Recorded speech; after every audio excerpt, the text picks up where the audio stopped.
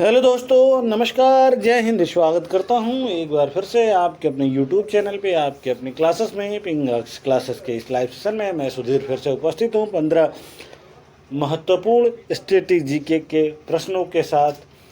जो लोग आर्मी में जाना चाहते हैं, फौज में जाना चाहते हैं या अग्निवीर बनना चाहते हैं, उनके लिए सेशन बहुत इंपॉर्टेंट होने वाला है। तो चलिए सेशन को स्टार्ट करेंगे।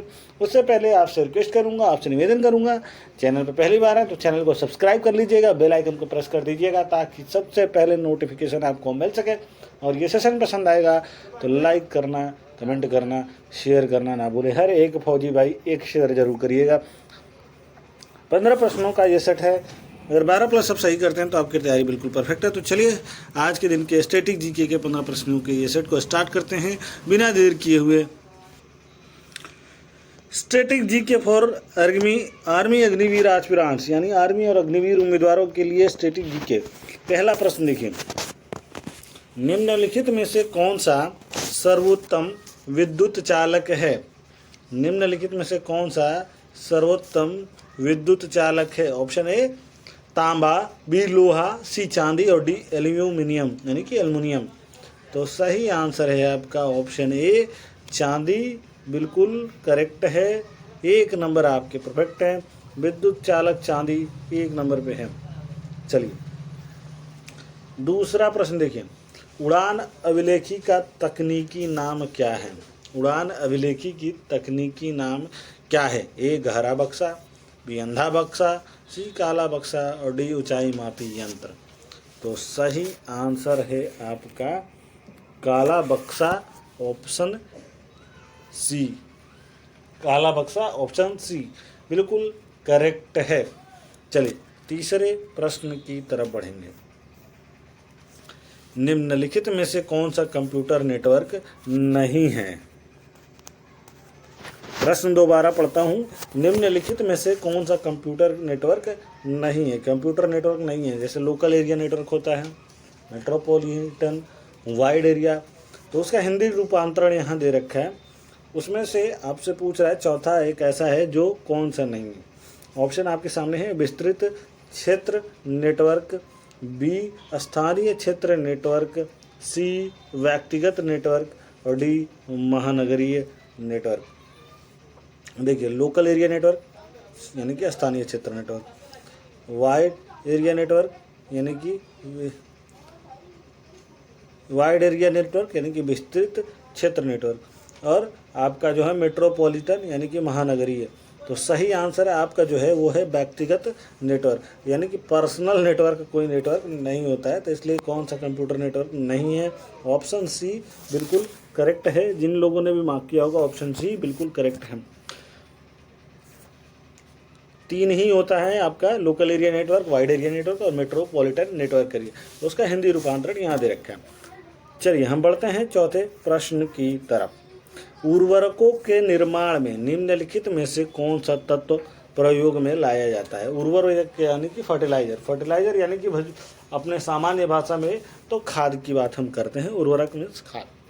उर्वरकों के निर्माण में निम्नलिखित में से कौन सा तत्व प्रयोग में लाया जाता है? ऑप्शन ए फ्लोरीन, बी सीसा, सी एल्यूमिनियम और डी पोटेशियम। तो सही आंसर है आपका, मुझे लगता है आप सभी को आंसर पता होगा, कमेंट बॉक्स में आंसर जरूर करिएगा। सही आंसर है पोटेशियम, ऑप्शन डी बिल्कुल करेक्ट है। Option D potassium. पोटेशियम के निर्माण में यानी मैन्युफैक्चरिंग में, उर्वरक के मैन्युफैक्चरिंग में, उर्वरक बनाने में यानी कि फर्टिलाइजर बनाने में पोटेशियम का इस्तेमाल होता है। चलिए बढ़ते हैं हम 5वें प्रश्न की तरफ।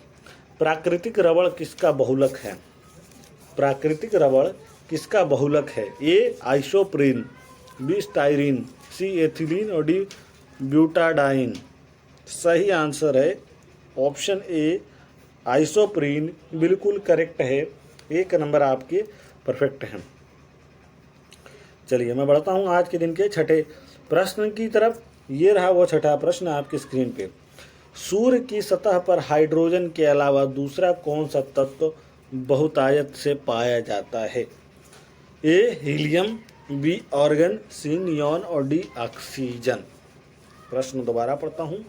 सूर्य की सतह पर हाइड्रोजन के अलावा दूसरा कौन सा तत्व बहुतायत पायत, बहुतायत का मतलब बहुत ज़्यादा पाया जाता है हाइड्रोजन के अलावा। तो सही आंसर है आपका हीलियम, ऑप्शन ए बिल्कुल करेक्ट है। जिन लोगों ने भी मार्क किया होगा ऑप्शन ए हीलियम बिल्कुल करेक्ट है। हाइड्रोजन के अलावा हीलियम बहुत ही ज़्यादा पाया जाता है। चलिए 7वां प्रश्न देखिए, निम्नलिखित में से कौन सा एलपीजी का प्रमुख घटक है? A methane, B butane, C propane और डी एथेन। एलपीजी का फुल फॉर्म, एलपीजी का पूरा नाम लिक्विड पेट्रोलियम गैस, एलपीजी। और इस प्रश्न का आपका सही आंसर जो है वो है प्रोपेन, ऑप्शन सी बिल्कुल करेक्ट है। निम्नलिखित में से कौन सा एलपीजी का प्रमुख घटक है? प्रोपेन आपके एलपीजी का प्रमुख घटक है। जिन लोगों ने भी मार्क किया होगा ऑप्शन सी बिल्कुल करेक्ट है, 1 नंबर परफेक्ट हैं। बढ़ते हैं आज के दिन के 8वें प्रश्न की तरफ।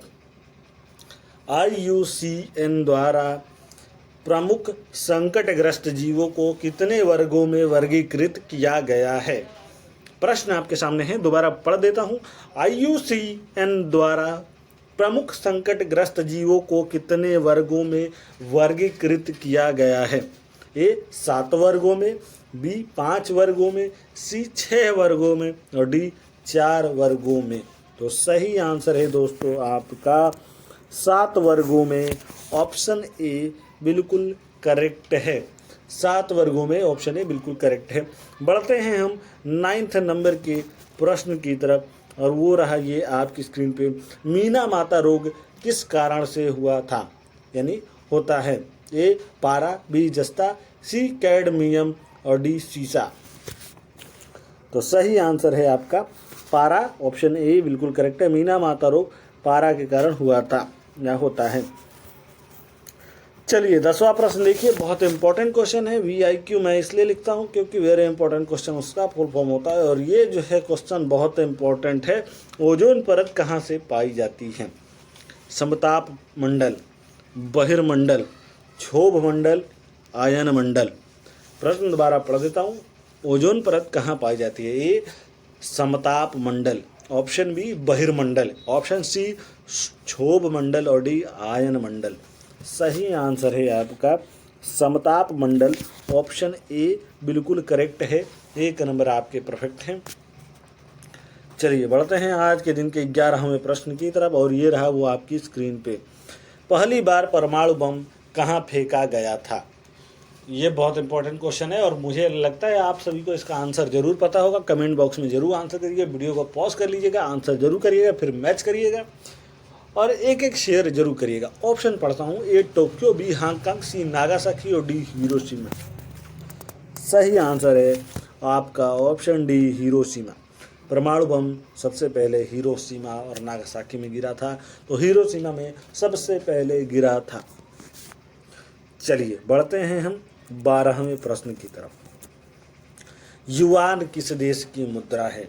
ए Japan, B Italy, C Yugoslavia, C चीन यानी कि चाइना। दोबारा पढ़ता हूँ। ऑप्शन ए, प्रश्न दोबारा पढ़ता हूँ। युआन किस देश की मुद्रा है? Option A Japan, option B Italy, C option C Yugoslavia, C चीन यानी कि चाइना। सही आंसर है आपका चीन यानी कि चाइना, बिल्कुल करेक्ट है। युआन चीन देश की मुद्रा यानी कि चाइना की करेंसी जो है युआन है। हम बढ़ते हैं आज के दिन के 13वें प्रश्न की तरफ। निम्नलिखित में से कौन सा प्रक्षेपास्त्र वायु से वायु वाला प्रक्षेपास्त्र है? Option A Prithvi, option B Astra, C आकाश और डी अग्नि। सही आंसर है आपका ऑप्शन बी अस्त्र, बिल्कुल करेक्ट है। वायु से वायु वाला यह अस्त्र है, वही ये प्रक्षेपास्त्र है।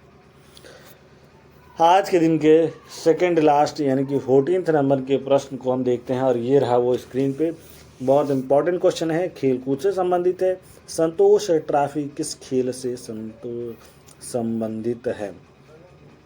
ए फुटबॉल, बी बैडमिंटन, सी बास्केटबॉल, डी इनमें से कोई नहीं।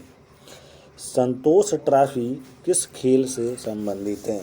ऑप्शन ए फुटबॉल बिल्कुल करेक्ट है। फुटबॉल से संबंधित है संतोष ट्रॉफी।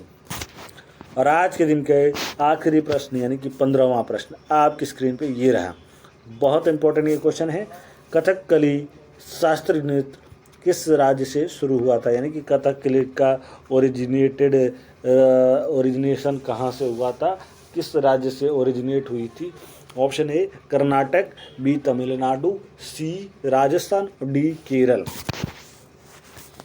सही आंसर है केरल। केरल की नृत्य है कथकली। इसी के साथ आज का ये समाप्त होगा। मैं मिलूंगा आपसे एक नए वीडियो में अगले सप्ताह शनिवार। जुड़ना ना भूलिएगा दोस्तों। तब तक के लिए धन्यवाद। जय हिंद, जय भारत।